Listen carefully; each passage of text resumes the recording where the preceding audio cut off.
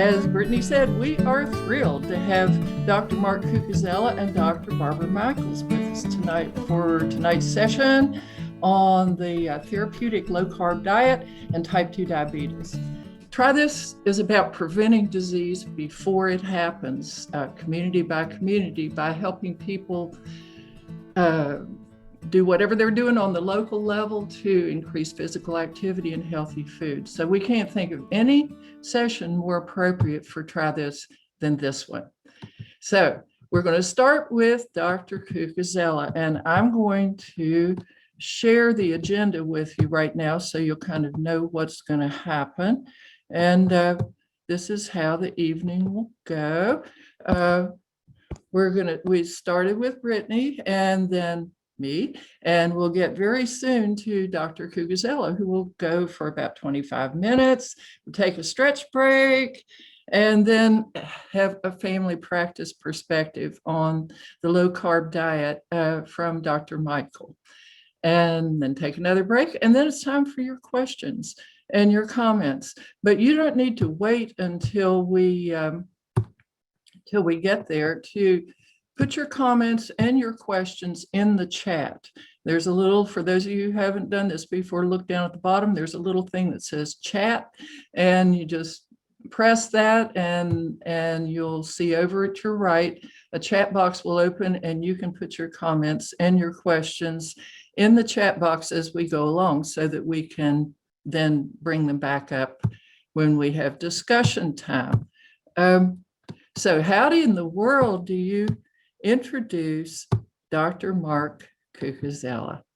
I could tell you a lot of things about Dr. Cucuzzella. I could tell you that he's an internationally recognized authority on the impact of the low carb diet on type 2 diabetes and his many publications on that subject. I could tell you he helped develop the MedChefs program for the WVU School of Medicine and convinced his local hospital to drop sugary drinks. He's a nationally known runner with more than 100 marathons and ultra marathon finishes, and he won the Air Force Marathon twice. And was Air Force Athlete of the Year and developed the U.S. Air Force Efficient Running Program. But I would rather introduce Dr. Mark as a man who is incredibly generous to West Virginia. When he put his little brother on you. Okay. He's incredibly generous to West Virginia and to his local community. He's the race director and the founder of the Freedoms Run races that attracts more than 5,000 people to Jefferson County every year. And he directs Jefferson County's Natural Running Center and has mentored more local people than you could count. So having said that, it is my great honor to introduce Dr. Cucuzzella. A year or so ago, he told me that if we want to get anywhere with diabetes, we've got to involve the doctors and the medical students who see people every day. And we can't keep it in the hospitals and in the academic halls. So when I heard that Dr. Barbara Michael was documenting her success with the low carb diet, I didn't waste any time introducing the two of them, and tonight's session is the result of that. So take it away, Mark. The floor is yours.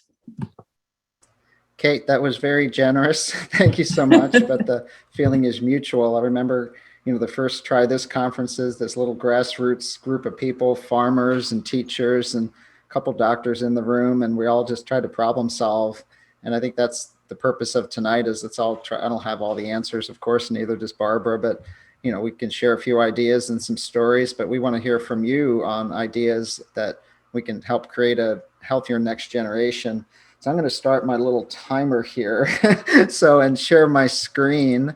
Okay, here we go. Let me hit this. So this was 2017. We did the first Try This Health Professionals. And the focus was on diabetes remission. And we brought in Gary Taubes, an internationally known investigative journalist who had changed my life. And we brought him in as the keynote speaker. But so this was my talk. How do you mean you can put diabetes in remission, try this. And so what I'm going to do is kind of go back to the future here. I'm going to share most of that talk from 2017 because really nothing has changed, but now we're in the future and there's a lot of new information and new stories. But the science was pretty well settled then, and now we've only built on that science. But the data is, this was 2017 data. We were number one, 38% adult obesity. It's gone up. This was 2017. We were number one in diabetes. This has gone up. The cost Are you of sharing diabetes. a screen? Yeah, I am. I'm not Yep. sharing my screen. Mark, we're not sharing it. It's not sharing. Yeah. Okay, share screen. Oh, wait a second. Here we go. Okay. Now, okay, here, we'll just go back to those first couple slides. Someone should have yelled at me. Okay, here's the first We did. slide. I guess I didn't hear it. Here we go. Back to the future. Not a pretty picture. Not a pretty picture. You get the picture. The cost, gosh, it's staggering. You know, if you look at our state, probably 1 in 3 healthcare dollars has something to do with diabetes. So I mean, it's staggering that the cost, and you can, and then you have the costs of productivity, early retirements, sick days. It's staggering, the cost of diabetes. You know, there's a lot of debates on what's the best diet for humans, but what I'll talk about today is you need to know yourself. What's the best diet for you or for me? And it does vary depending on your medical condition. So 2017, you know, there was not a lot of hope in the literature on diabetes. So this was the ADA standards of care. Diabetes is a complex chronic illness requiring continuous medical care, multifactorial risk strategies beyond glycemic control. Did not give a lot of hope. We'll get to 2019, 2020 later, but reversal of diabetes or remission of diabetes and the standard way we treat it is actually really rare. Like 0.1% of people will actually reverse their diabetes by doing the quote standard of care. So my context in 2017, well, here's a better way. Let's just try this. You know, in medicine, I trained traditionally, and most of what we learn is kind of a controlling type of medication. You know, you have a condition and the doctor takes control. And I was a military flight doc that worked very well with military trauma, you know, because if I ended up in the trauma bay, I wanted the best team there to take control of me. I really didn't have much say in that protocol. And then, what we were taught mostly in medical school is this substitutive type of treatment. You have this problem, you take a pill, you got heartburn, you take a pill, blood pressure, you take a pill, you got a headache, take a pill. There's always some substitutive pharmacology. But then as we talked in 2017, there's this model of catalytic medicine where you support the body and empower it to reverse and heal disease. So maybe many of you out there are on this call because maybe you did something to disrupt yourself or your medical practice. You know, someone walked into your office one day and had done something that you couldn't explain, and that made you think differently. So that kind of got me into this space about 10 years ago, was needing to disrupt myself. You know, and as a family doc, I kind of knew this to be true. As expert opinion kind of reigns in medicine, but I'm a family doc, and where the experts disagree, the ignorant are free to choose, so to speak. You know, so that's me as a family doc. You know, so always have this open beginner's mind that there's many possibilities to what we see and do. And I hit this road in about 2012. You know, 2 roads diverge in the woods, and I took the one less traveled, and it has made all the difference. You know, that's Robert Frost. You know, my family is riddled with cardiac disease. My father, he's still alive now, 2 bypasses, defibrillator. His first bypass was at age 35. You know, as you see here, I'm Italian, so we have our own bakeries. My dad will gain and lose weight. And then one summer I gave him the Atkins book, and he always pulls this out, and he'll lose about 20 or 30 pounds. And then he'll go back to his New York pizza and things like that and gain it back. But he knows what to do when he needs to lose the weight. He just has to get rid of this stuff over here at the bakery, and he loses the weight. I was a 45-year-old Air Force reservist on duty, and my job at that time was working on the military fitness test, and started to kind of do a deep dive on obesity because I realized obesity was the biggest driver of failure rates to the fitness test. And I didn't know anything about obesity. And I started traveling to bases and asking questions, you know, has anyone lost 50 pounds and kept it off for a year? I traveled to about 50 bases, and the answer would always be one of the same. Someone would raise their hand kind of reluctantly, and they'd say, well, I got rid of all the sugar, or I'm doing paleo. And occasionally someone would have the courage to say they did Atkins, because they knew I was a doctor. And 10 years ago, that was pretty much heresy, because they thought I would yell at them and tell them they're going to have a heart attack. But it got me to think and got me to read. And that's why we brought Gary Taubes out. I read his tome, his book published in 2008, Good Calories, Bad Calories. But I went in for my own military physical that year. My hemoglobin A1C was above 6, high fasting glucose, and I looked like a runner. And it was kind of curious to them there. And they drew this level called a C-peptide, which I'd never ordered as a doctor, but that tells you how much insulin you're making. And mine was barely detectable. So I was making very little insulin. So I was on the other side of the diabetes spectrum, the type that does not make insulin. And in the military, if you're on diabetes meds or fully diabetic, A1C 6.5, you're medically boarded. And after all my reading of low carb and Gary's work, I decided to kind of flip the food pyramid on itself. And pretty much in about 3 days after wearing a continuous glucose monitor at Wright-Patterson Air Force Base, and I saw what my standard meal, which looked like this. I was a runner, right? This was my meals, 4, 5, 6 times a day, waking up in the middle of the night because I would get these hypos. So I had to flip that, but it's made all the difference. I wanted to stay in the service. I loved my job, and I loved working with and training these, young troops, which were just doing, miraculous things at the time. These are the human weapons. They were teaching them how to run here, how to run efficiently. These are just they're a joy to work with. I kind of went that path, and all my labs improved. Didn't get perfect, but everything kind of flipped. My HDL doubled. My triglycerides went in half. My A1C got better. All these inflammatory markers improved. No calcium in my arteries. So that continues. In addition to West Virginia, I have a huge passion for the military. I'll go to talk to ROTC groups. And unfortunately, in our state right now, only about a third of kids in high school could even enlist because of mostly obesity as being the disqualifier. I got an opportunity by joining the military to pay for my school, but now, unfortunately, these young kids don't have an opportunity. And even when they get in, obesity is such a big driver of people needing to be discharged from the military. But that's another whole topic of what we need to do with the military. But a lot of people aren't aware, so we can't change what we are not aware of. But once we are aware, we cannot help but change. Let's try to define a couple terms, because there's a lot of fat shaming out there, and I don't like it. And there's a lot of misinformation. BMI is used more than it should be, but that doesn't tell us anything about where the fat is and do they have true medical obesity. This is a metabolic disease. This is not a lifestyle choice. So the problem is, where is the fat, and is it an unhealthy fat? So do you have too much of the unhealthy type, or are you just fine, or maybe too little?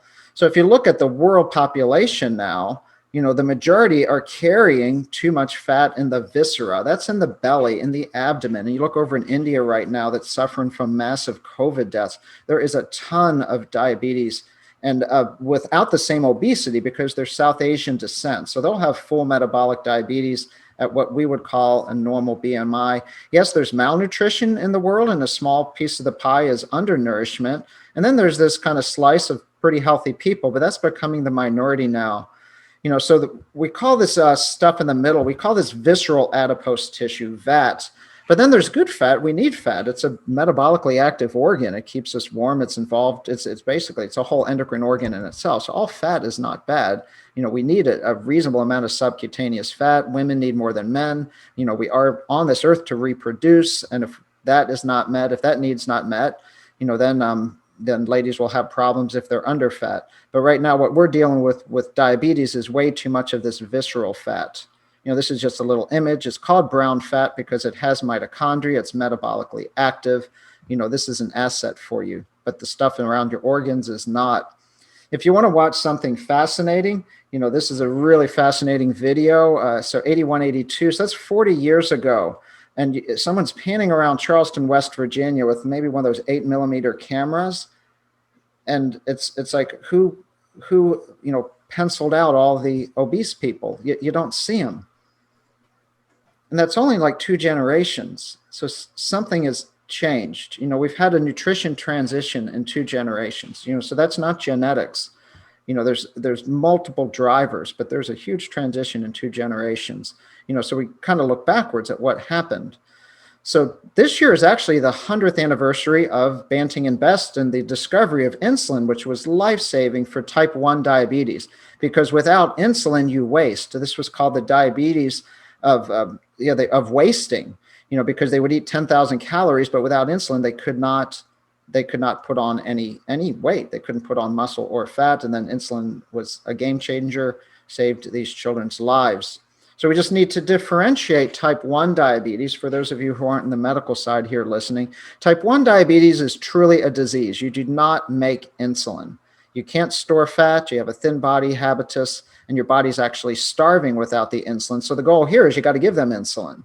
But type 2 diabetes is a syndrome. It's not a specific disease, it's a syndrome, meaning it's a complexity of things driven by a high insulin state where you can't use, when your insulin is up, you can't use your fat for fuel. You've got excess fat storage around the organs, and your muscles are actually starving because you can't use this body fat because the insulin's up and you've got to use glucose. It's a full metabolic disaster. These people are metabolically broken. So the remedy here is lower the insulin, not give them more. You know, this is not new. This is Osler's textbook, 1923. This was the diet for diabetes, which is basically a ketogenic diet. This is the pre-insulin era. You know, yeah, people could live with this, you know, if they reduce the carbohydrates. You know, this type 1 diabetes, and then they started to discover this new type. So the type 2 hadn't even been in the medical textbooks in the 1920s. And then they started to see a type of patients with high glucose who had the obesity, and they called that the fatty diabetes before they called it type 2. But low carbohydrate diets have been used for diabetes for generations. For obesity, this is Pennington, probably the world's most renowned obesity researcher. This diet contains no bread, flour, or sugar, 1953. This was the standard of care for obesity treatment. You know, 1951, Green's textbook, eat as much. This stuff does not look unfamiliar for anyone doing a low carb diet, right? Animal products, green vegetables, basically eat plants and animals, you know, as human being ancestral diet, foods to be avoided, all the farinaceous foods. Saccharin disease. So Thomas Cleve wrote extensively on the sugar in the white flour as causal links to multiple chronic diseases. This was published in the 70s.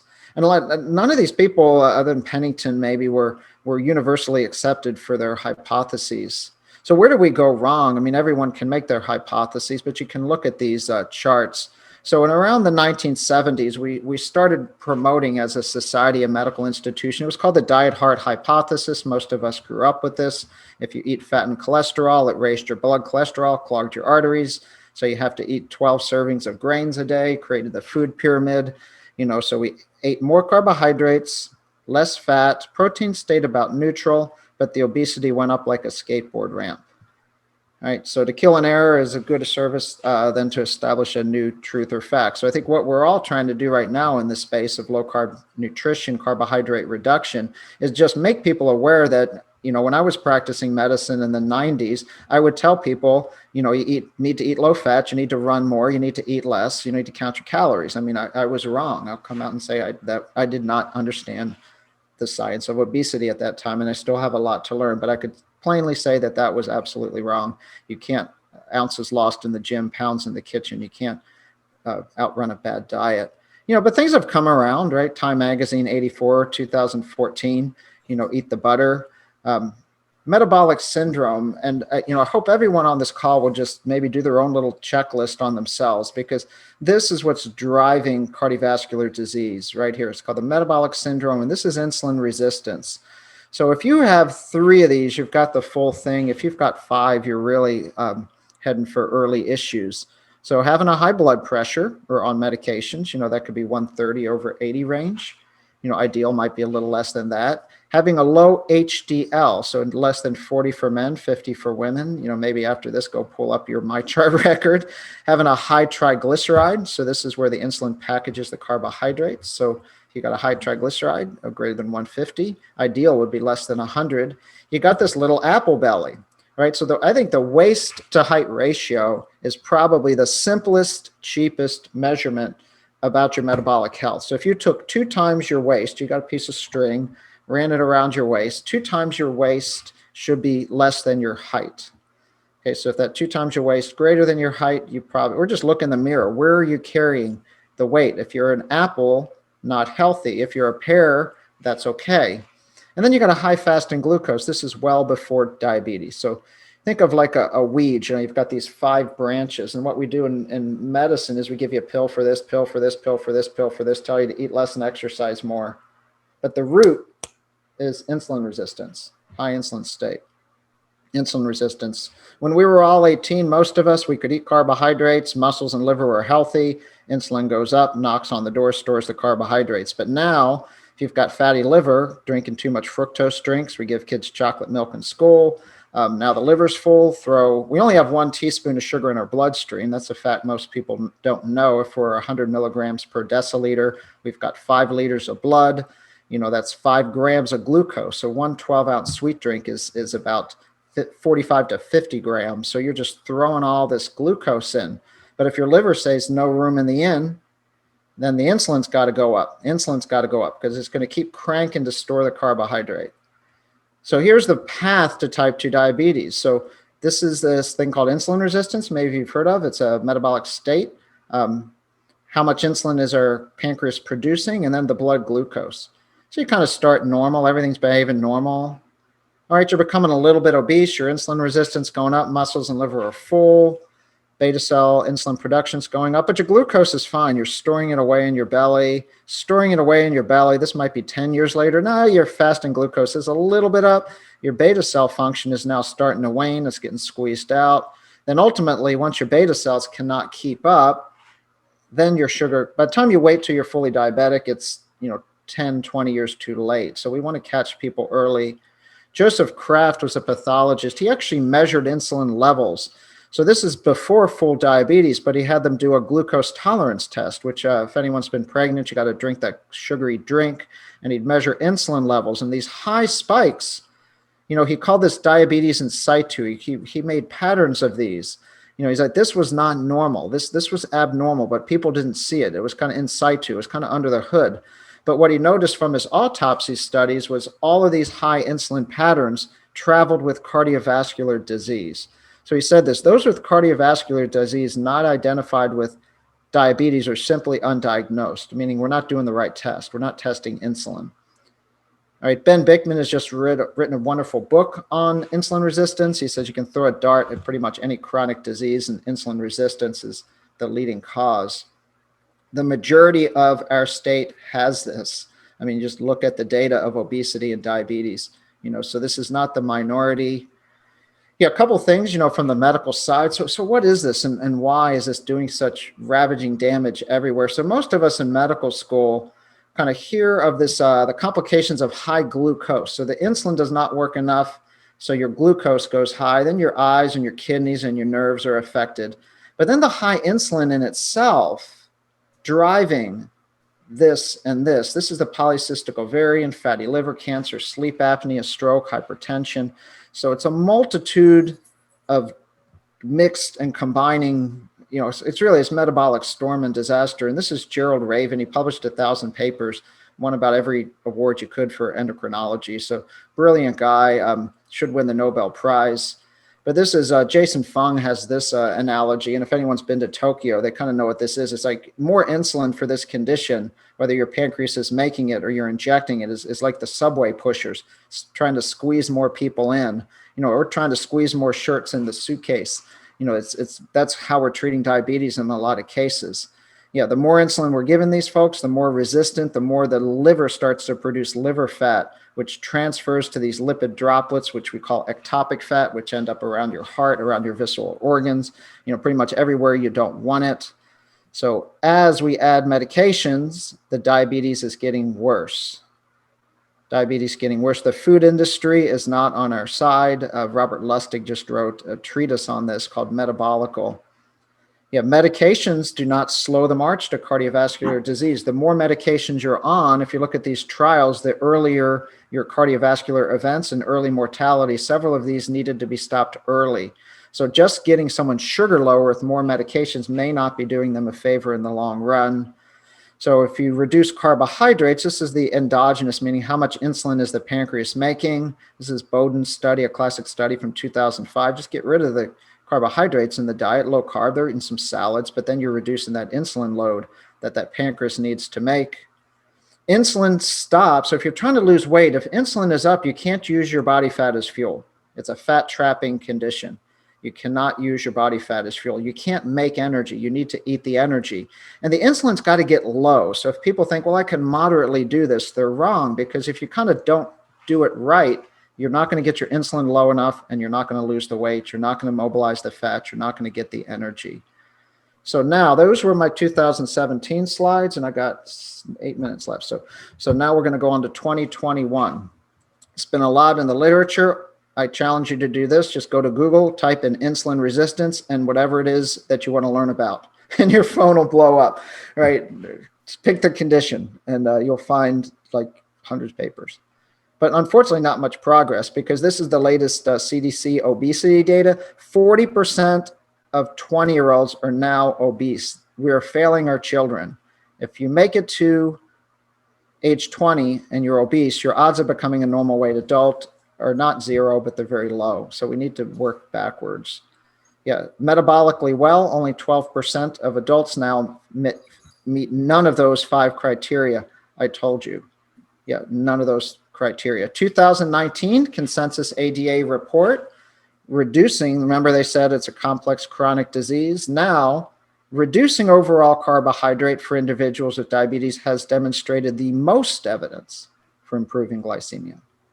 The most evidence. So this is not rogue therapy. This is in the guidelines. This is standard care as an option. 3 ways to make type 2 diabetes go away. This is in the literature. I can take your stomach out. Bariatric surgery. Yeah, we don't want to be doing that in teenagers. I see all kinds of downstream complications after this. It's an option for some. I could make you basically not eat. You can drink 800 calories a day of shakes, or you can pretty much eat the way I eat. I eat fish, I eat meat, I eat salads. I eat delicious stuff, a lot of eggs. It's what I have my patients eat. It's delicious, it fills them up. It's not have the carbohydrates, other than the plants, so very low, but it's very satiating, super nutrient dense. So if you had to pick one of these 3, you decide which you would do as a first line, so yeah, pre-diabetes is just as bad. Cardiovascular events go way up. So pre-diabetes, most patients don't even know they have it. And if they do, they say, well, I'm borderline. They don't understand how serious it is. I'm going to spend a second on this one slide because I think this is super important. It was published about a month ago. The Women's Health Study, 21-year, 28,000 women, billion-dollar federal trial following women in cardiovascular disease. All right, got a family history, you got a little bit of risk. If you smoke, you got about 4 times risk. Got this metabolic syndrome? 6 times risk. You got diabetes? Almost 11 times risk. Now let's look at the blood markers.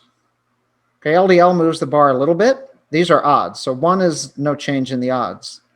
You got this insulin resistance? 6 times odds. So you better go hunting for this, because this is where the money is if we want to reduce the disease. And in the LDL, the only LDL that mattered, so diabetes travels with small LDL, not total LDLs too much, small LDLs.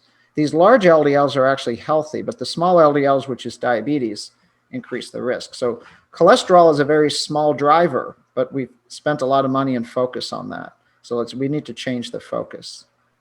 COVID, gosh, I wrote this in April of last year. If we have a healthy host, your odds of getting sick with COVID go way down. Nina Teicholz and I published this. It's a time for a lockdown on sugar. I put a lot of these glucose monitors on people. I've got one right now. These are glucose monitors. This is a standard, would be acceptable by the American Diabetes Association, 60-gram carb meal right here at dinner. This is what a hospital would serve a diabetes patient. 10 grams of carbs will raise a diabetes patient 40 milligrams per deciliter. Then he gave 10 units of insulin. So he had 60 grams of carbs, 240, and then pretty resistant. So he gave himself 10 units and came down about 200. But this is not what we want. This is what people are doing all day when they put these monitors on and they just randomly give insulin and eat. Does this look good? It's terrifying, isn't it? But this is what's happening, and people don't check their sugars. Okay, final section, I'm going to share some quick patient stories. We're here to bring patients hope. These are people from this week, narrative medicine stories, and these folks all gave permission. This is Juanita, when she was doing the ADA style, did not work. She's lost about 150 pounds, feeling good. This is her glucose monitor, flat, like a smooth sailing, and she's all in, right? She's educated herself. She's about 4 years in. This is Brandon. He played in the NFL. Okay, about a year ago, his A1C was too high. It couldn't even register. 463 down to 318. He's on about 10 units of insulin. Some days he forgets now. He was on he just kept dialing it up. He was well over 200 units of insulin. So he's 31 years old. So there's only one way out. It's discipline. This is Lance. Friend, he came to the first try this. Multiple meds gone, no diabetes. He's about 4 or 5 years in. People say you can't do this for long. One of my patients, these are his belt loops. He was out on that last loop. This is about 8 months, no more diabetes or sleep apnea. He had to get new genes. Another patient, A1C, 13, 2 months ago. He's got our little book here, near normal sugars now. He's on my text thread. He texts like every night what his sugar is, and we keep in touch. A new adopter, 1 month in, 200 units of insulin. Now he's on 10 units a day, 40 pounds. This is a human right to be offered this. How is this going to end for this smart young man? 69th birthday picture for this lady, 320 pounds down to 140, no diabetes now. Says, small price to pay, bread or dead. So it looks good. This is a patient in one of our studies now, glucose monitor. He lost 50 pounds. He was eligible to get his knee replaced. He walked out of the hospital yesterday. Normal blood sugars. Look at his blood sugar right here. This is post-op day 1. Stress, crazy. Look at him. He wouldn't have been able to get his surgery. Now he can walk and he needs his next knee. So more belts. Here's another gentleman, 200 units down to 20 units, 55 pounds gone. He's got multiple stents. He's my age. More belts. People like to show off their belts. Here's a patient. It's about 1 month in. 200 units, now down to 10. And his sugars have gone from 300 to near normal. And, a lot of these folks are pretty simple thinkers, even on the spectrum, where they just if it's simple, we don't give people credit about how simple this can be. And they just do it. Patients have challenges. I saw this nice gentleman Monday. So his A1C, this is his A1C. It says 6.1. He was 13. And this is his loving wife who kind of plays police. She sent me this text last week. So when she goes away, he has a hidden stash of this stuff. So it's good, right? I always tell them, look, the enemy of good is perfect. 80-20 sometimes is a win. But look at this. He's 6.1 and he's on 2 meds, not insulin. He's on Ozempic and metformin. This is a dentist who's lost about 50 pounds now, diabetes gone, no medications. One of our local runners, she's lost over half her body weight, and she's a tribe leader. It's a color you've never seen before. That's what this is. I'm going to wrap up because I'm at my time. Let's see what my last slide was. Kate talked about some of the stuff we've done in the hospital. This is an international movement. I'll end with this. If we applied the same thinking to polio as we do with diabetes, we would just build more iron lungs. Minimally disruptive medicine. So when people get sicker, we want to intensify the therapy, always intensify the therapy, but that doesn't fit in people's lives. Turn that off. But the burden of treatment we need to make less. So if you look at people, they have all these issues with their life, right? Anyone who's a chronic medical patient. So we don't want to do that. For discussion later when we do Q&A, what is health? What does it mean to be healthy? And what is human rights when it comes to be offered health?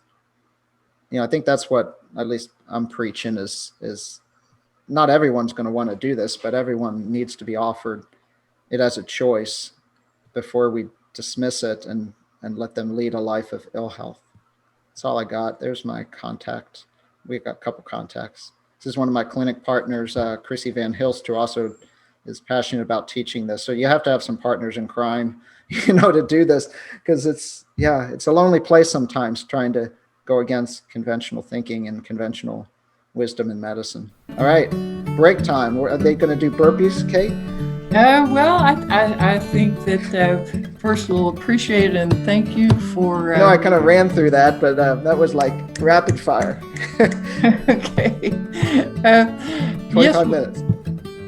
Well, Dr. Kukazel often talks about the fact that West Virginia is on top of the worst diabetes list, number 1 in diabetes.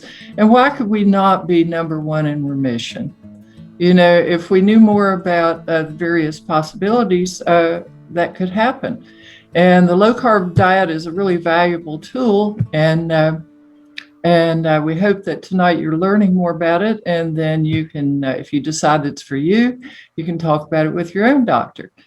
Barbara Michael, Dr. Barbara Michael, I am very impressed with what she does. She is a family practice doctor. Now, as Dr. Cucuzella is a professor with WVU medicine, and he practices in Martinsburg with the Center for WVU Center for Diabetes and Metabolic Health. But I agree with him that if we can just get a lot of the doctors that around that are see people every day in clinics and so forth to be able to give people this option, then a lot of people might be helped.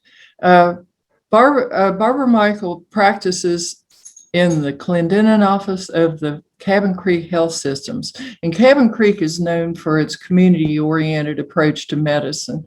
Cabin Creek Health Systems is a federally qualified health center, an FQHC, which means that they treat people without regard to ability to pay. And West Virginia probably has the best network of FQHCs in the country. 31 centers with 180 sites spread around West Virginia. And I learned something today that I didn't know.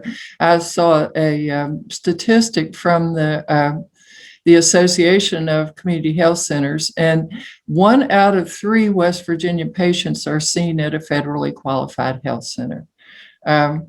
They're just wonderful institutions. And what this means is that Dr. Michael sees a wide variety of patients practicing in a low-income area of the coal fields in Clendenin, in Upper Kanawha County.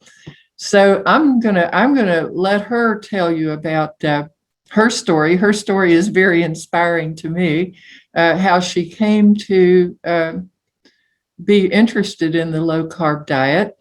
I don't know if she's going to tell you that she's studying to take her boards for an obesity specialty, but she's already, in my mind, a specialist. And so, Dr. Michael, you got the floor now. Love to hear from you. All right, thank you very much.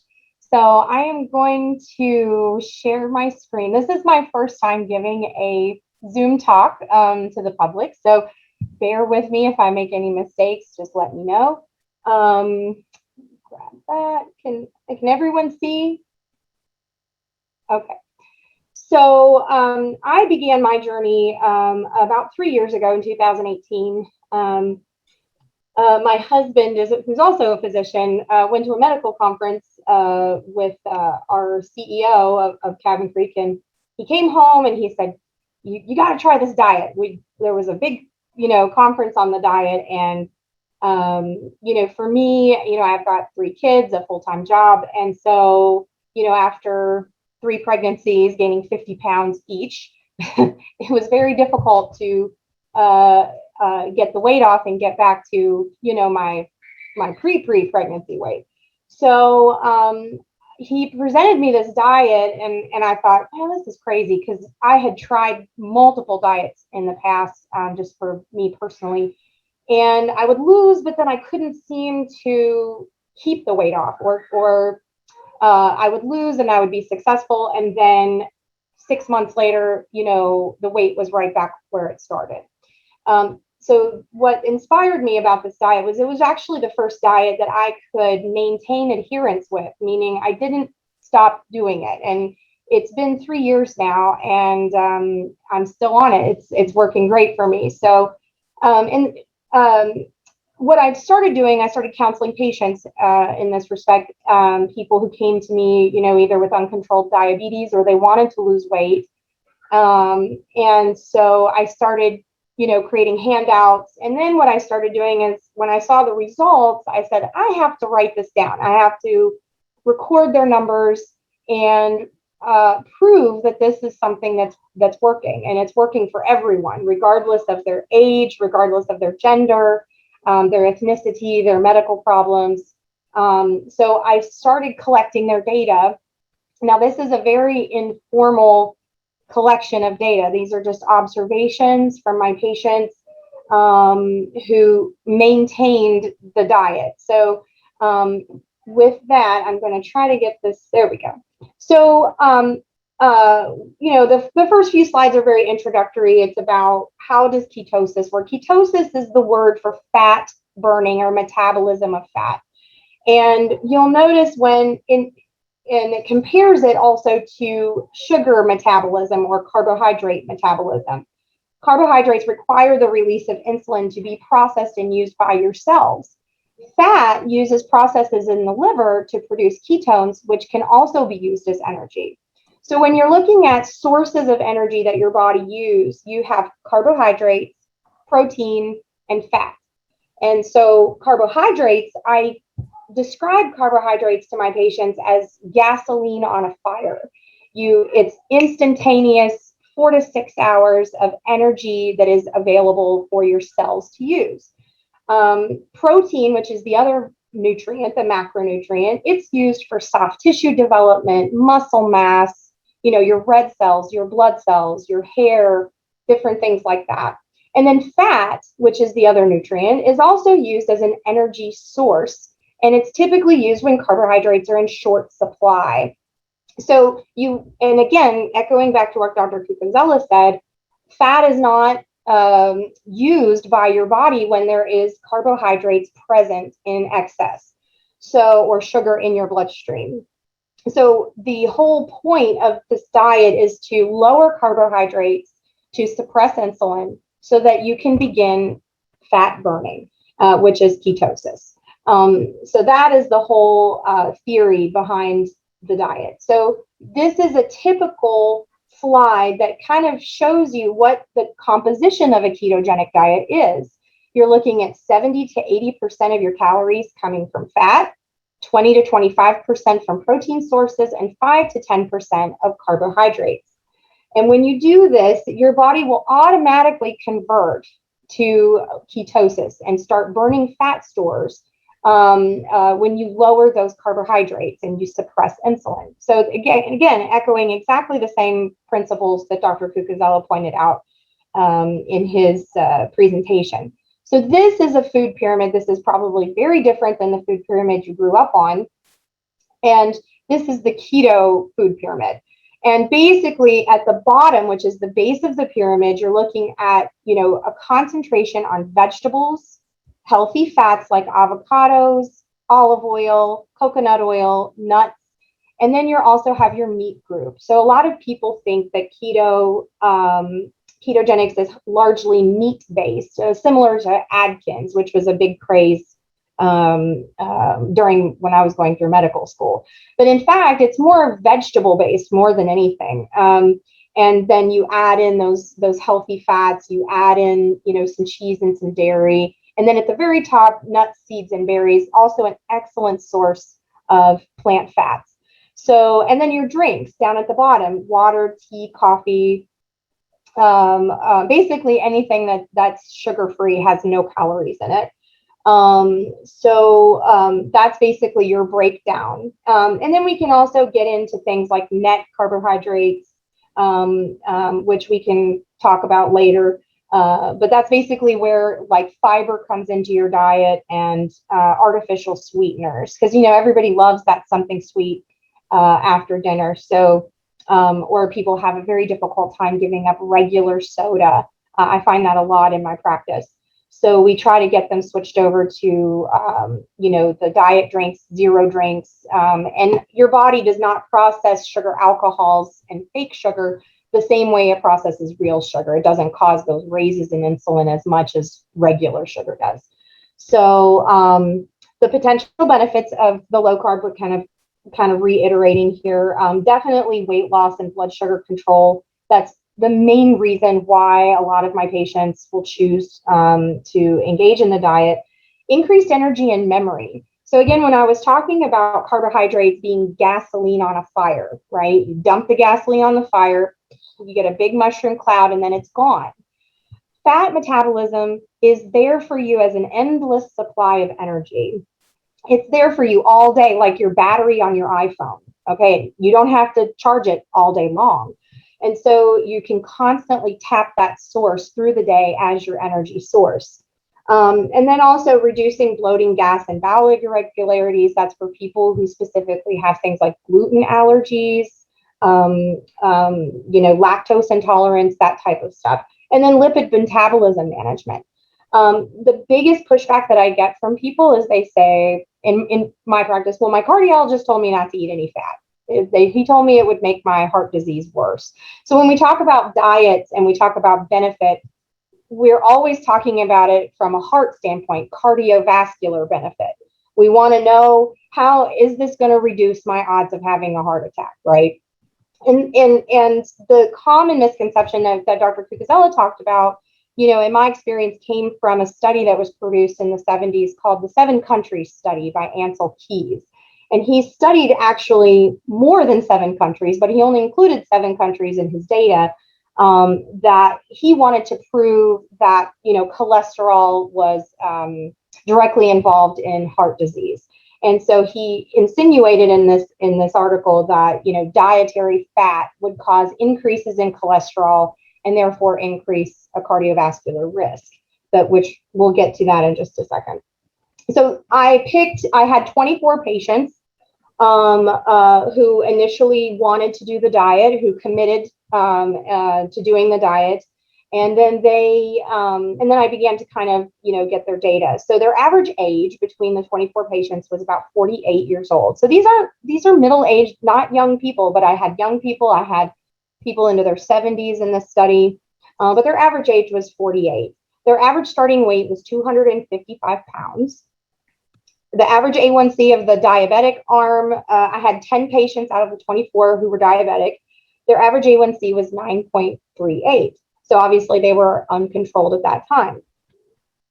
I also looked at their BMIs. The BMI I know isn't a perfect way to talk about health in general, but it's a good number to use. Their average BMI was 41, which puts them in that morbid obesity above 40 category. Average triglyceride level was 296. Average total cholesterol was 214, and their average HDL, which is the good cholesterol, was around 35. So even for men and women, that is still a low number. So I had about 10 people, in addition to my 10 diabetics, I had 10 who also had high cholesterol and cholesterol issues. So those people, I, performed their lipid panels before they started the diet, and then I compared it to after they had been on it for at least 3 to 6 months. So my weight loss results are on this slide here. And again, I'm not a researcher, so this is all kind of presented very simply, but you can see that their average weight loss, they went from 255 pounds to 222 pounds. Now, I didn't have a timeline on this. Some people took 6 months to lose the weight. Some people took 3. Some people took 9, because I would see them in 3-month intervals. But the average weight loss among all of the patients was approximately 33 pounds. Their BMI decreased by 5 points. They went from 41 to 36, roughly. And that corresponds, with their weight loss. Now, their A1C results, this is where I kind of was fascinated by their A1C. Before ketogenics, their average A1C was 9.3. After keto, 5.9. So you're looking at a dramatic reduction in A1C values without the use of insulin. None of my patients in this trial or in this study did I prescribe insulin to them. A lot of them were on oral hypoglycemics, things like metformin and things like that, but none of them have required the use of insulin. So if you look at this slide, is showing the cholesterol levels. The one that I love to point out is the triglyceride level, going from 296 to 157. Their HDL actually increased 5 points. And the LDL, which is their quote unquote bad cholesterol, roughly stayed the same. It didn't really change much.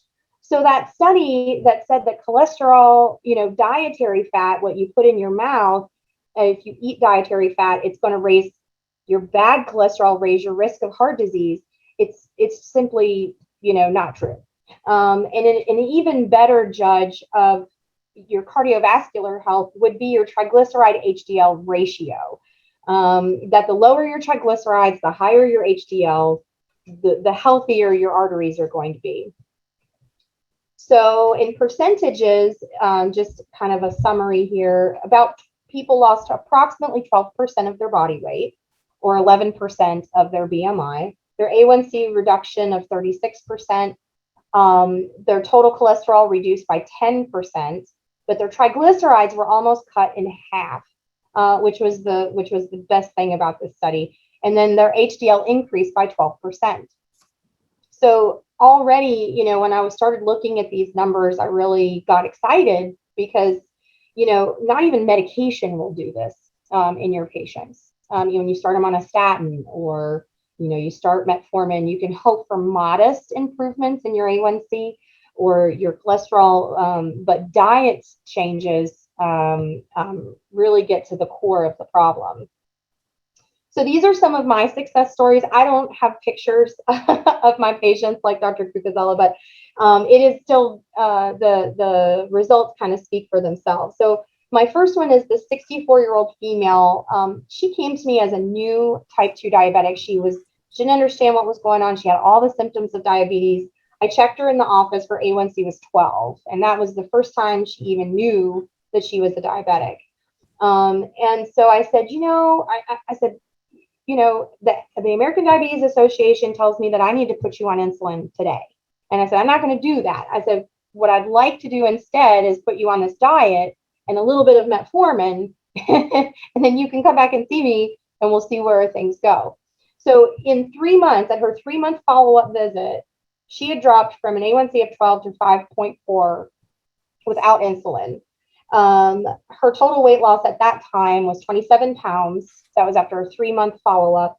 And so far, she's kept all the weight off. She was able to stop the rest of her medications, plus except the metformin. So I think I had started a couple other medications, oral hypoglycemics with her, but she's off of all of them now, except the metformin, which keeps her, you know, A1C less than 6. So my next patient is a 36-year-old male. He started the diet March of 2019. And, you know, he came to me initially not as a diabetic or as someone who was having trouble with cholesterol. He just wanted to lose weight, you know. And so he was greater than 100 pounds overweight at the time. And so we started the diet with him, you know, and 9 months later, you know, he went from a BMI 47 to 32.9. And in fact, he's lost even more weight since his last appointment with me. And his BMI is now less than 30. So he's looking at 100+ pound weight loss with this diet. And so that he and this other lady next to him is actually, they're one of my most successful patients that I have on this diet. My 27-year-old female here, this lady is interesting because she had a history of adrenal insufficiency, and she was on hydrocortisone daily, and she also had a history of hypothyroidism. And traditionally with other endocrine diseases, the medicines that we use or the condition itself can cause weight gain. So she was on steroids chronically for her insufficiency. She was on thyroid medication, but she too was also able to lose, you know, 76 pounds of her weight. And to this day, she has still kept it off. So even with other conditions that people have, this diet still, you know, works for them. So my 72-year-old male, he was the oldest patient that I had and was watching his with his data. He was a type 2 diabetic. He lost 17 pounds in 3 months, and his A1C went from 8.1 to 5.6. So I always talk, everyone says I'm too old to lose weight, blah, blah, blah, but it's really not true. You literally can do this at any age. 38-year-old male.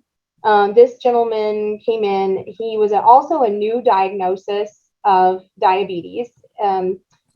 Interestingly about him, his triglyceride level on his cholesterol panel was 879. And so an A1C of 10.3. So within 3 months, you know, dropping to 4.8, he lost 33 pounds, and his triglyceride level was nearly cut in half. So these people, when you commit to the lifestyle change and you're able to make these changes, there are very dramatic changes in your numbers when this occurs. And then last but not least, this 39-year-old female, started 2018, and we're looking at, a 32-pound weight loss on this lady. And the interesting thing about her is, of course, she's been able to sustain and keep the weight off by maintaining the lifestyle. And of course, that last person is yours truly. So always have to include that. So that is basically, the summary. And after this, I still found, let me stop screen sharing really quick. Okay. And so I'm continuing to collect data on future patients, and I'm adding their data into my prior numbers. And so when I talk to patients about the data, and I talk to them about the positive changes that they can make in their life, about making this more of a way of eating rather than calling it an actual diet. There's several challenges, and we try to go through them between the patient and the provider. And I see them back very, very frequently in the office, just to make sure, how's everything going? Are you eating right? Are you getting enough sleep? Kind of like a mom, and just to make sure that they remain motivated. So that's one of the biggest challenges, I think, with any diet, not just the low carb diet, but is sustaining over a long period of time. That can become very, very difficult. When we see that we can change behavior in the short term for like 3 months or 6 months, but what's going to keep me on this in the long run, right? So we actually have in our Cabin Creek Health System behavioral health services that we use in conjunction with our medical services. So not only can they see me as the provider and I can give them education and counseling, they can also see our behavioral health specialists to work on the behaviors, the more of the behavioral changes that can be associated with changing your eating pattern. So that's pretty much what I have. I don't know what my time is now, but that's my presentation, and we can open it up to any questions or anything you guys comment on. Yeah, Barbara, that was wonderful. You started in on a line of thought that I was wondering about. You said you see people frequently, and obviously you recognize that, your role in keeping people motivated. People are used to certain diets, and money comes into there too. How much more expensive is this diet? Absolutely. And I call it, and I'm probably going to trademark this, but we actually call it the 3 C's. There are cost, convenience, and cravings, right? So any diet, anytime we try to make a change, we think about how much is it going to cost? Is it convenient or not for me in my lifestyle? And then what do I do when I have my period, when I have my moments, when I'm ready, I see a piece of cake and I want to eat a piece of cake. So we develop strategies, to address each of the 3 C's. So the first one, of course, is cost. Cost, worries a lot of people, especially in our low-income areas. So Clendenin, we had a big flood in 2016. There is the food fair, which was the big grocery store in Clendenin that provided, fresh groceries for everyone, was actually shut down after the flood. So, and it has never reopened. So what do we have now? We have a Save-A-Lot that's up the street, and we have a Dollar General.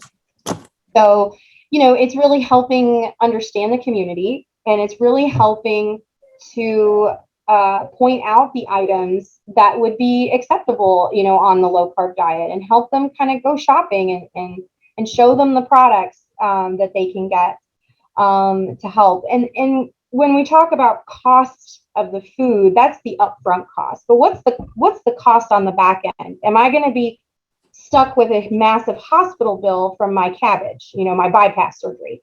Am I going to not be able to walk because of the arthritis in my knees? So there's a cost to diabetes and there's a cost to obesity on the back end. You may be buying cheaper food that can sit on a shelf for 2 years, but in the end, you're going to end up paying either way, right? So we have to think about, well, can I spend a little bit more money on vegetables and meat? And can I save myself a massive hospital bill later on down the road? Or, with the cost of insulin, insulin is crazy expensive. If I can keep myself off insulin, I'll be saving myself hundreds of dollars a month by just switching what I'm eating. So that addresses cost. And then the second thing is convenience. Because with convenience, foods of convenience, they're ready-made, they come in a bag, and you just open the bag and you eat it, on your way to work. And so there's very little preparation involved in these types of high carbohydrate meals, little Debbie cakes and Doritos and Fritos, all that highly processed food that doesn't exist in nature. So it does require, this type of food and this way of eating requires a little bit more planning. What am I going to eat the whole week? Can I do my meal planning on Saturdays, on my day off of work? I can meal plan, I can make a casserole, and then I can individually package it. So we work with our patients on meal planning, and we also help people see how they can eat low carb in certain situations. Like, for example, I'm a truck driver and all I can, my food access is fast food. Okay, well, let's go to Wendy's and we can look and see what on the menu at Wendy's is going to be lower in carbohydrates. A lot of times you leave off the bread and the ketchup, and what's inside the sandwich is the low carb portion. So, or, you get the side salad instead of the fries, right? So we're doing a lot of education with teaching our patients about what they can do on the go in order to help increase the convenience. And then the third thing, of course, is the cravings. What do I do when I want to cheat? What do I do if temptation calls to me, right? And that a lot of it is the behavioral portion. And working with our therapists and our psychologists to help on the behavioral side, to give patients different strategies and how to cope with their cravings. That's where kind of we use our sugar-free gum and our sugar-free Tic Tacs, to kind of help with those sweet cravings when they come around. And the other thing I like to use is what I call strategic cheating. And so what we do is try to take the guilt out of when we cheat, right? Because that throws people off a lot of the time as well. So what we do is we basically plan when we're going to have our carb day, right? If we're having a birthday coming up or a celebration or Christmas, you basically use it as, okay, I'm going to be really, really good. And on Christmas, I get to eat ABC, whatever food that you were craving. So learning how to space them out, learning how to, when is it okay to have a sweet treat? Like I said, planning your cheat days, it makes it more predictable, and it also takes the guilt out of the equation. Wow, that's great. Mark, do you have anything you want to add to that? That was perfect. I mean, yeah, it's so individual with the person in the room, because the dopamine response of the brain has to be addressed. And, that's the reward center. And I focus a lot on, happiness. So you've got dopamine and you have serotonin, and Robert Lustig has written about this. So serotonin is contentment, and that releases another happy chemical. And so you ask people, what's content mean? And they'll kind of be like, well, I'm good, right? I don't need anything else. Well, what makes you content?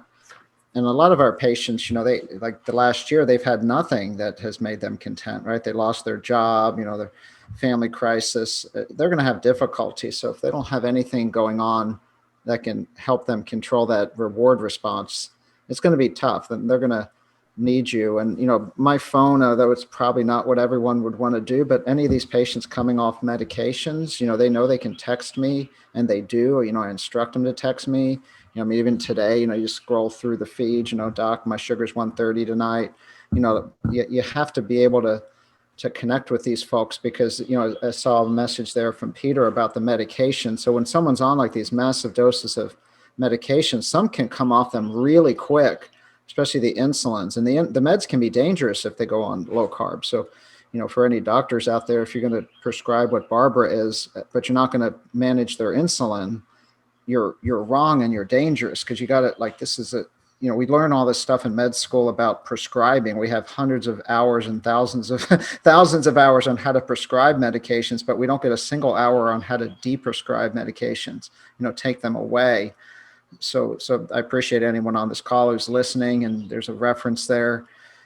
But yeah, it's all support. And, I think Gary Taubes wrote this one, in his book, The Case for Keto, just because he spoke to like 180 clinicians. And I got to be part of that book too, because he's just asking, how do you do this in the real world? And someone was describing, it's like a series of green lights. When everything's going well, you're like hitting all the green lights and life is good. And then you hit a red light, right? We all hit red lights.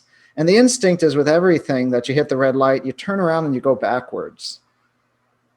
So, if my patients, this is the first day, right? If you hit a red light, what are you going to do? You turn around and go backwards, or are you going to wait for it to turn green? And they're like, yeah, I'll wait for it to turn green. And, because they're going to hit red lights, they're going to hit a stall. They're going to, if they're quitting cigarettes, they're going to end up with one in their mouth. They're going to end up with a cookie in their mouth, and it's okay. It's okay.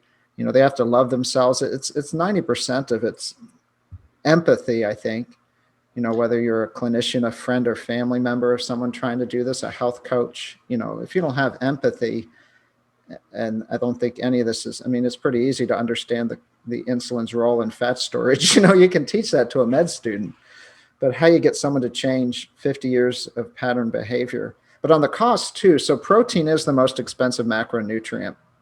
So I think, teaching people how to get, and protein is the most satiating.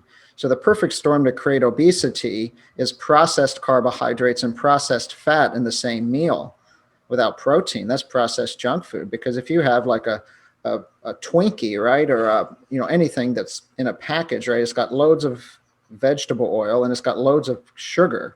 So the insulin drives up, and now you've just stored that whole Twinkie. There's no protein, and protein makes you full. So get people to buy things on sale, they have to prioritize protein, eggs, fish, meats, but, canned meats, get creative with canned meats, canned tuna. So prioritize that protein, because people will keep eating. They eat too much fat without enough protein. They're not going to lose weight. They're still going to be eating too many calories. So that every meal should have a good quality protein, and it does not need to be expensive. Certainly people say, well, should everyone get grass-fed beef? And I'm like, I would love if everyone could afford grass-fed beef, but if they can't, do the best you can. Just don't get the Twinkies, because diabetes is expensive. But that's there's a lot of options. Read and go into your store and just play a customer and pick up the labels and see what's expensive and what's not. Try some recipes. That's why we made that little book that it's called Low Carb on Any Budget. Put it in the chat. It's a free download. It's like a 50-page book with recipes. Yeah, we'll send that to people afterwards. This gets into a question somebody put in the chat. How do we change the mindset at the grassroots level? And I know that support groups are an important part of this. Dr. Michael just outlined, the need to be there for people when they have those moments and so on. And I know, there's a big support group going in your county, Dr. Cucuzella. Do you, could one of you all speak to that? I'll just throw a few things out. So how's this at grassroots level? It really comes down to health equality and human rights. I think that's what really this is, everyone should be offered, no matter what their race, what their financial resources is. Diabetes is devastating those with the most need. I see Mitch on the call from WIC. I think Bob Scheffner was at our community ministries. So we need to, this can't be just for the people on Twitter. eating grass-fed meat and wild-caught salmon. This Well- is real for people that need support, and give them support at a community level. Not the doctor's office is the last place. We need to go support Mitch Greenbaum in the WIC office. The community. Bob Scheffner I think he's still on, but we were on a call a couple weeks ago. If we're giving these people who are sick, if we're giving them handouts of white bread and they're on 200 units of insulin a day going in and out of the hospital, we're not serving them. I don't have the solution for that. I really don't. We're glad to give them the medications through Medicaid, but we have a double SNAP program here. We've done it for 6 years. We double SNAP at farmer markets, but that's a small fix, not a big one. But Yeah, go ahead. Maybe Barbara chime in, the grassroots, but. Yeah, so we receive a lot of support with our different projects and across Cabin Creek. We have a very supportive CEO in Craig Robinson, and he is a big advocate for the low carb diet, because he also understands that obesity is getting worse, and it's a really big problem, especially in rural communities. So we work very hard across the organization to educate our providers and promote low carb living. And then we kind of attempt to use our providers and our sites to disseminate that information. So that's why, doing Zoom sessions like this is so important to try to get people more familiar with how we're trying to combat this illness. It's very striking. We get so used to thinking, well, the way to treat something is to take a pill or to do one thing or another or to prescribe a diet. But both of you are emphasizing the need to support people. Is there anybody, there are several other questions that I wrote down that people had, but is there anybody who would like to offer a question? Okay, unmute yourself, Wanda. Can you, let's see, Wanda, I can't see you. Okay. I unmuted myself.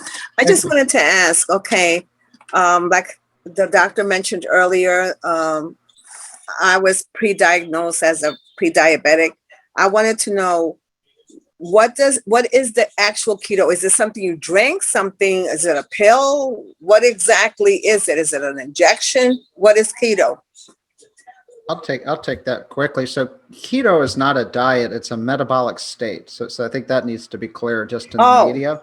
So when people say I'm eating keto, they probably don't really know what that means. So what Barbara was describing there, when we break down body fat and use that as our energy, meaning we're not eating energy, we're making energy from our belly. When insulin is low, our bodies make energy. Our bodies can make sugar. It's converted, fat breaks down in the liver, makes ketone bodies, and it makes glucose. It's called gluconeogenesis. So that's a healthy, natural state. You don't need to be checking it. I never really have people check that unless they really want to. People kind of know it when they're in it. They're just losing weight and they've got mental clarity and they're not hungry all the time. But that's what that means, Wanda. Practically, it just means you're using, being healthy is the capacity to use your own body fat as fuel. Whether you're trying to lose weight or not. When you're becoming diabetic, you're fat trapping. And I'm not saying that disrespectfully. That's just the medical truth. When insulin is up, you're storing. It's like I'm putting food in a backpack and I can't get at it. So then when I'm storing all my energy, I don't feel like exercising, right? Because I'm storing. And I want to eat because I'm hungry. And then the medical system will say, well, you're gaining weight because you're not exercising. It's your fault and you're eating too much. But the opposite's true. But that's all that really means. Okay, I thought it was something you had to take. Yeah. But what? Don't go buy ketone shakes. There's always, where there's money, people want your money. No, just go buy eggs. But we have eggs, but what I did? Your local farm, We have one here too. So what I do is I definitely stop eating the chocolate bars and the sodas. I will drink seltzer water. I do drink a lot of water, eggs, but I'm still having trouble with, like breads and stuff. Now, I saw this bread that is called Ezekiel from Trader Joe's. Is that a good bread for me to have? Yeah, look at the label. So It said no you flour. yeah, but you want to look at total carbohydrates. There's a bread 647 that you can get in multiple places. It's got like 4 grams of carbs per slice compared to about 20 to 30.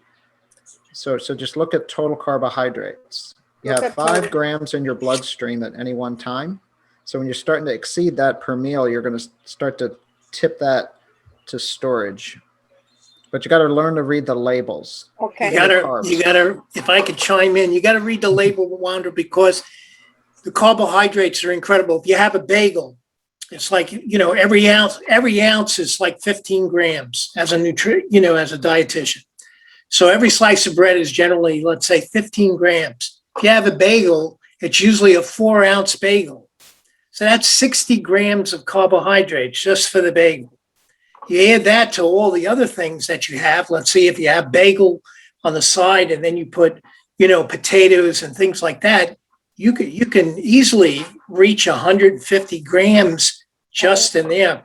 And the confusion that we have is that, the American Academy of Nutrition and Dietetics is not quite there, with the science that that we've learned long ago. The ketogenic the diet was used decades ago, as the doctor was saying, to treat epilepsy and some of the others. But a question that I have is because we're living in a transitory period here. I mean, you could go into a Martin's or whatever and see a whole section on keto foods. I saw that. Yeah. Ketogenic diets. So it is catching up. It is something to be reckoned with. But I have difficulty. Is there any studies that show the efficacy of people reaching, let's say, coming on this diet, let's say at 20 and then reaching 80, for longevity and things like that? Is there any studies because I'm a forks over knives advocate, vegetarianism and things like that have their efficacies. We have our blue zones, and things like that. But I don't know whether or not there has been enough studies that would give an impetus. I mean, I have no problems telling people how to cut carbohydrates, but to have a grassroots, people have got to see some people who have been on the diet for 30 years, On the literature, I've read pretty deep into this stuff. So I think no one's going to have a controlled 80-year trial. There's no money in that. Right. We look at what are the leading causes of death, blowing everything else away, is cardiovascular disease. I showed you the women's health study. So if you're a lady and you've made it to 70, you've got a 15 times odds of dying of cardiovascular disease over breast cancer. Even if you're diagnosed with breast cancer, you still at age 70 have a higher odds of cardiovascular disease. So your role, if you make it to 70 and avoid, work trauma, sanitation, the things that killed our grandparents, you're going to die of cardiovascular disease, or you're going to die of nothing, or cancer. Cancer, the hyperinsulinemia drives so many of the cancers. So you have to look at what your own individual risks are. And if you have metabolic syndrome or insulin resistance or diabetes, your odds of cardiovascular disease are going up like a rocket ship. So whatever you need to do as an individual to decrease your risk of cardiovascular disease, it's all about odds. You will increase your odds of dying of nothing. Well-controlled or diabetes that goes away is the leading cause of absolutely nothing. If you don't have diabetes, you will not die of a diabetes complication, which is cardiovascular disease. So, and I'm already 70. Yes, if you got Wanda, make your diabetes go away. So by the grace of God, carbs have to go down. The carbs need to go down. The insulin goes down. The diabetes goes down. The weight in your belly goes down. The plaque in your arteries go down. The fat in the liver goes down. Your risks of insulin-related cancers, obesity-related cancers go down, which is all the GU organs, breast, all your GI cancers. Lou Cantley, who's from rural West Virginia, has spent his life studying high insulin state, obesity, and cancer. And he's from rural West Virginia, probably one of the world's leads in this field. You know, look him up, Louis Cantley. He's at Cornell Louis right what? now. His name is Louis Cantley. Spell the last name? Cantley. We need to get him on a call. He talks about his story of growing up in rural West Virginia, and then he came back like, you know, in 10 years after going off to school, and everything had changed. It was a transition, and it's the sugar, right? The sugar drinks were coming in. So what would you give as an example of a breakfast? I know I like eggs, bacon, or sausages or something like that. Farm But what breakfast. would you eat for the carbs? No Because I like carbs. my toast, no carbs. Yeah, so you know the most important meal that, and we're talking if you're on this Zoom now, this does not mean that well people need to not eat carbs. Carbs aren't bad. There's good carbs, there's natural carbs, there's the vegetables, and if you don't have diabetes, my kids are not on a low carb diet. They just don't eat junk food. They're growing teenagers. But if you have insulin resistant, that for you, carbohydrates need to be low, and the breakfast is the most important meal, because if you throw the toast in with your egg, right, you've got the insulin up, the storage up. Now you just stored all the bacon and eggs. But if you have that Okay. nice bacon and eggs without the bread, we're no kidding. When you actually do this, you wake up and you're not hungry, Okay. and you don't have breakfast till 10 a.m. or later. Yeah, so you know, hunger is going to drive when you. I don't know, Barbara, you have any other thoughts there? I mean, you can go on and all day about like different I know. strategies. It's so individual, but keep insulin low. You know, that's whatever So it carbs takes. is out. Yeah, my friend Salsa Sly water there, is good though, right? Salsa make water. a choice: bread or dead. Right? You know, well, no, I'm not making this Okay. up. Diabetes is you've seen it, Wanda, in your family and your church, Yes. right? Diabetes. If you lose a limb with diabetes, your 5-year life expectancy is less than 50%.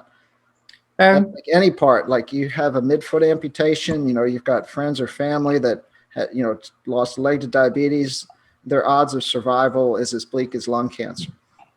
It's sad. Oh yeah. Human right? We should not, and they feed them bread in the hospital while they're getting their leg amputated. I'm not making that up. It's sad. But yeah, I'm sorry, I probably said too much there, but go, you know. That's any okay. other You know, thoughts? I hate this because this is really getting, you know, going well. And we can run a few minutes over if need be, just to finish this up. Somebody was asking, what are really good things to read? And Dr. Michael recommended The Obesity Code by Dr. Jason Fung, Feung. And somebody else recommended Keto Reset, Mark Sisson. If somebody was just starting, Dr. Cucuzella, what would you recommend that they read? You're muted. The website Diet Doctor, I see up there, is really good. Just go play on that website. A lot of The visual. Diet Doctor, Dietdoctor.com. dietdoctor.com. Diet Super doctor. good. Yeah, for a Okay. deeper read out there, Robert Lustig just wrote the book Metabolical, just came out. But his first book, Fat Chance, Robert Lustig, he published that in 2013. Very simple, easy read. David Ludwig, these are like, you know, Harvard research people, so they're smart, way smarter than Barbara and I. We're just country docs here in West Virginia. These are like the endocrine research NIH grant people, you know. So David Ludwig, Always Hungry, really good book. David Ludwig, Always Hungry. He's Harvard, and Robert Lustig's at UCSF. But yeah, I've got a whole shelf of my glasses.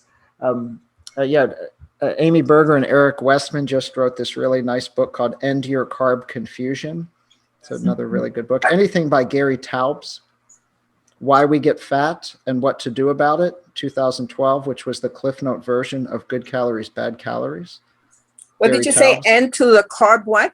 The title of the End book? Your Carb Confusion. Oh. Yes, Why We Get Sick, Ben Bickman. I bought 40 of those books to give to medical students. It's from Ben. I just bought them wholesale because I'm just going to give these books away. It's like, here, read this book and come back and work with me on Monday. So I don't have to, we don't have to share Barbara and I's slides, like this. Can you get that, Tony? Yeah, Ben. Yeah. And now the world, there's such an open but the open access gets kind of dangerous though, because there's too much information. Keep it simple, stupid is sometimes a good way to go. Yeah. I will Any other send ones you. you have, Barbara, you recommend to your patients? Just There as easy. Yeah, so there is an amazing documentary that was used to be on Netflix, but I think it's on YouTube now. It's called The Magic Pill, and it's filmed as a documentary, and it's all about the ketogenic, this kind of movement that we're all experiencing now, kind of touching on the history of low carb diets, and then it moves through the 70s, and then and kind of gives you a little bit of background, and just like you did, Dr. Kugazola, a little perspective on the food industry and how that has evolved over the last 50 years. And, if they talk about cancer rates and obesity rates and cardiovascular disease, there's all these endpoints. And actually, Dr. Fung is actually in that documentary. And it also talks about perspectives, different patient stories and their experiences with low carb. But it's a wonderful documentary that I really recommend that everyone watch. And it used to be on Netflix, but I think they took it off Netflix, but I think it's on YouTube now. And just Google The Magic Pill. The Magic Pill. The Magic Pill. If you Google that on YouTube, or Google it, or go to YouTube and search it, you'll be able to watch that documentary. And it really is very motivating, and it gives patients a really good idea of the history of why things are the way they are right now. We have this idea, a lot of us do, that I have to eat 4 times a day. I have to have breakfast, I have to have lunch, I have to have dinner and a snack. And that notion really didn't come about until the invention of the food pyramid in the 70s. You eat when you're hungry, you stop when you're full, you listen to your body. If you don't feel hungry, you don't have to eat. There's nothing in the world that says you have to eat something if you don't feel the urge to eat. So, there's a lot of other things that can go along with low carb. I think a lot of my patients, I use, intermittent fasting techniques with them, especially if we're on more of a weight loss track rather than a managing diabetes track. So there are other strategies that you can use along with a low carb diet. It really, really honestly depends on what your goals are. What other strategies can be used, but it kind of opens your mind to these different perspectives. Like, why is it this way? Why is the food pyramid the way that it is, and why does everything have to be fortified if it comes in a box? So, because they take all the nutrients out when they're processing it in the factory. So, I think the main principle is kind of a return to our native diets. And when we talk about, and I know Dr. Gugazella said that as well, what is a native diet? The paleo thing and quinoa and all this crazy stuff that people are, that have come into this mainstream now. And what I use as my reference is, I always ask myself, what did caveman eat? We're not that much different from our ancestors that evolved 100,000 years ago. Our guts haven't changed that much. Our biologies haven't changed that much. And so, if a caveman would eat it, then, it's what he found in nature: nuts and berries for foraging, hunting, and vegetables, things that grew out of the ground that he could pluck and use. It's the principle of the fact really remains the same. And you returning to kind of what our ancestral diets are, also kind of plays into that a lot. But I'm sorry, I got a little off topic there, but but the Magic Pill, which is the documentary, explains all of that. So it's very comprehensive, and it's very entertaining to watch as well. I'm trying to write all of these down because Me too. I'll send you all a list of these. I'll send it first to Dr. Kukazela and Dr. Michael and to see if, if I got it right and if they want to add something, and then we'll send it to everyone. I wish we had a whole lot more time. There's one thing that I'm taking away from this evening. I had not thought as much. It's very obvious to me that the medical advice is one thing, but the support to keep going, the support to solve the problem of cost and complications and the moment when you want to eat the cake, and how do you get those support groups going? Because I know there are diabetes support groups around the state, and I know there's a big one in the Eastern Panhandle, I think. But how do we do that? And that gets to somebody's question about how do we change the mindset of the grassroots? If sometimes the mindset might be there's no point in trying. And that's not true. As I mentioned, Obviously. go ahead. I'm just saying, obviously not true. Yeah, even this platform could be, I would see state of West Virginia every couple months, even having like get Barbara, Kate, myself, other guests, be a low carb support. I think Zoom has opened up. So we were doing live in-person support group meetings every couple months at gatherings and share meals, but obviously that went off the rails a year and a half ago. So we pivoted a bit to Zoom, but you can bring in more people this way. And I know several practices do. We were doing group medical visits before the pandemic, and they were really powerful. Have 10 people around the table, but that would be taboo right now. But now we've got, you get dozens around the table. But share ideas, reach out to us about how we can help your community. Because if we did something like this in a small rural town in West Virginia, we can do this from our living room. Well, I appreciated your honesty with me because you kind of woke me up there for a minute. I'll be honest with you. When you started talking about the amputations and all that, I was like, okay, so I'm going to cut. I have to be more strict with myself. It's discipline and love yourself. More discipline, yeah. It's discipline. Mm-hmm. But, we just need to be honest with our patients. So if we're kind of telling patients who have severe things that it's not, oh, you're fine, but it's not, we just need to be honest with people. And diabetes, we tend not to be honest with people. If people have cancer, they tell us, well, doc, how much longer I got to live, right? Everyone's like, and we're obligated to give them that opinion. But somehow we kind of just, when people have severe diabetes, we don't give them the honest projection of what their risk is. And then they don't know, right? Then you keep driving down the same dangerous road. But people just should be given a choice. I don't know what Barbara's experience is. I can kind of close with this, but I think it's a third. People say, well, does this work for everybody? And I say, well, of course not. The standard of care, no one will come off diabetes meds. So it's better than zero, but a third of the people completely change their lives. Yeah. That's pretty good. A third will kind of half do it and get frustrated, lose weight, gain weight, maybe drop some meds, but they'll constantly be struggling and challenging themselves, but they're not getting sicker. They're just kind of, they're like at the 50-yard line, going forward, going back. And then other folks it's not the right time, right? Like their life is a mess. Maybe some of us on this call ourselves, all of our lives are a mess, right? And then it's like, oh, it's not, yeah, and that's okay, right? That's fine. We could medicate you, but when you're ready to think about it differently, come back. Yeah. I always mention it to my patients, if we, use it as more of a comprehensive approach. And I try very hard to meet the patients where they're at. And because not everyone, feels comfortable doing a complete 180 and switching everything they've been eating.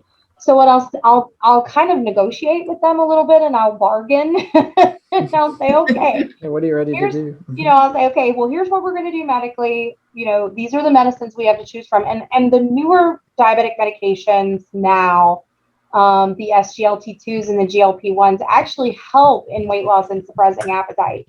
So, and they have great cardiovascular indications. The medications like Trulicity, Ozempic, Byetta, Victoza, Farxiga, Rybelsus, Invokana, they're the newer ones that are out on the market right now, are doing really wonderful things.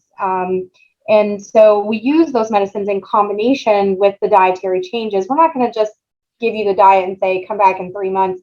You know, we're going to help you make these changes. We're going to help you understand, you know, what is my body doing when I eat a carbohydrate? What is my body doing when I eat a piece of protein? So that's our job, is to help educate you and give you all the tools that you need.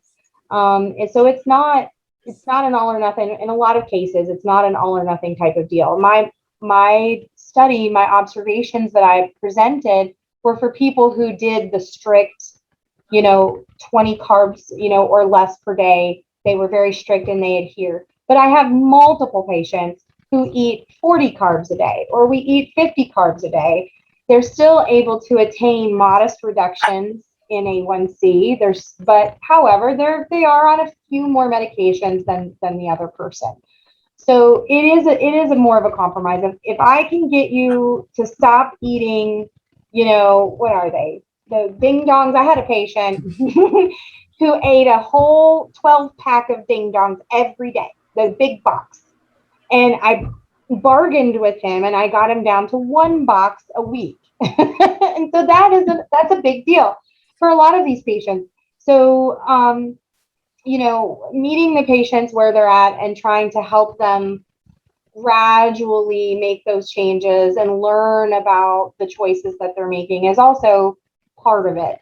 For the folks who don't have the ability or don't have the means to completely switch over, everything is a compromise. Life is a negotiation. So we're always willing to negotiate with our patients to get them to be, to make those choices, because it is in their best interest.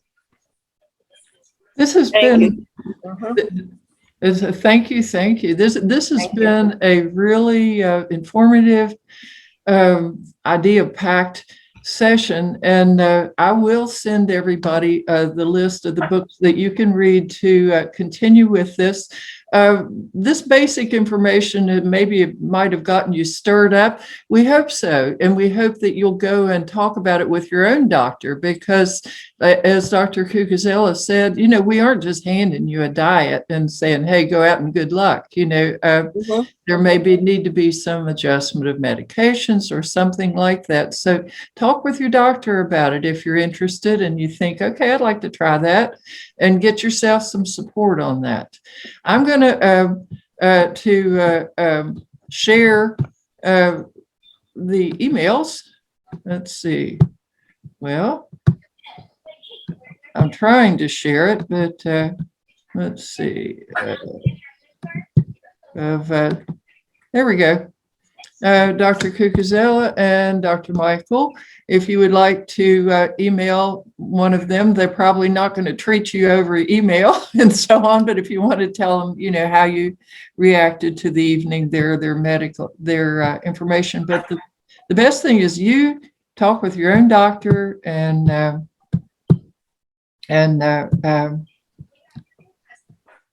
carry it on beyond this. Anybody else have some closing thoughts? Can you put the website again where you put their, can you do that again so I could take a picture of it? I couldn't write it down. All right, I will. Yes. These are emails. Yeah, they're emails. I didn't get it. Okay, there you go. You can take a picture of it. I'd just like to say that I Thank think you.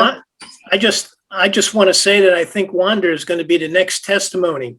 Oh my. Coming back in 2 And months, Wanda. I'm Well, telling you you. know what? Take the lead. I You're gonna have take the lead. lost 4 pounds so far. All right. I've lost 4 pounds. I did stop eating I have cheated, yes, but not with candy bars, not with sodas, not, like I used to before, the chips and all that other stuff, because I just found out in the end of January.